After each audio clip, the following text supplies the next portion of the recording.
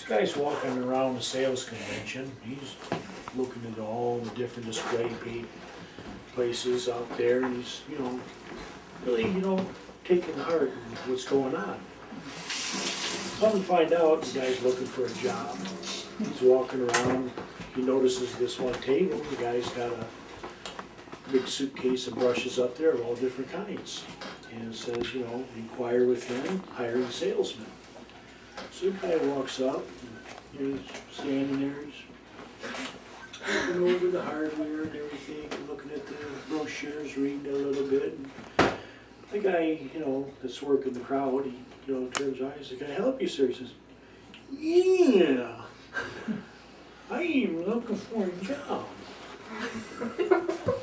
He says, "You are?" He says, "Yeah, I think I could sell some brushes.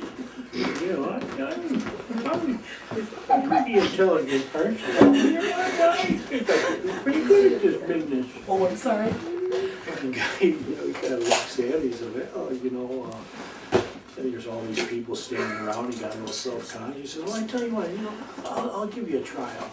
He says, "Here, just sign over here," and he signs them up, and he signs for his, display case and everything, gets a social security number, and fills everything out, and gives them a business card in the office that they're gonna meet at every Friday.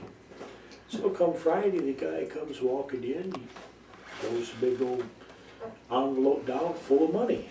And the guy looked at him, he said, "Hey, you did pretty well this week, huh?" He said, "Yeah, those things sound real easy. I think I ought to have a double order of toothbrushes."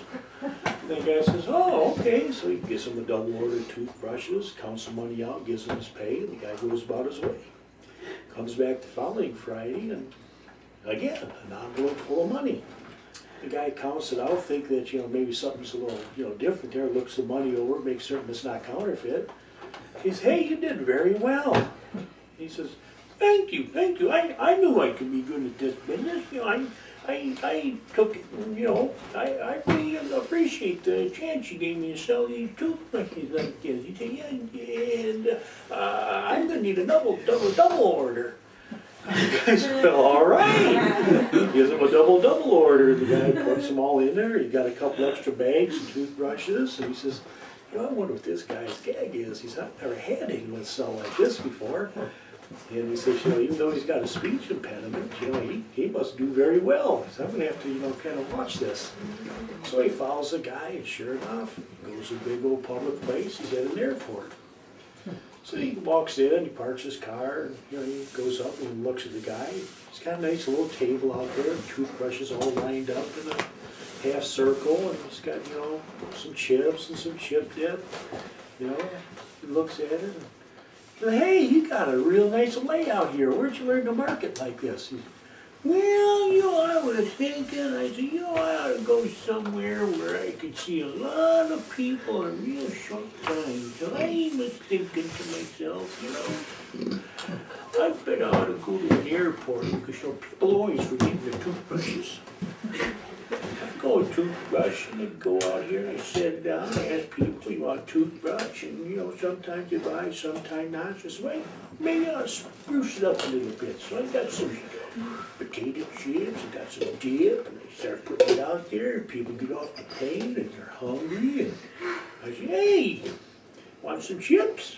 The guys come over, they take a chip, they take some dip, they take a bite of it, they go, "Ooh, this tastes like shit." He says, "What is shit? One of my toothbrushes?" Shit, I do that. That's the longest joke I've ever heard.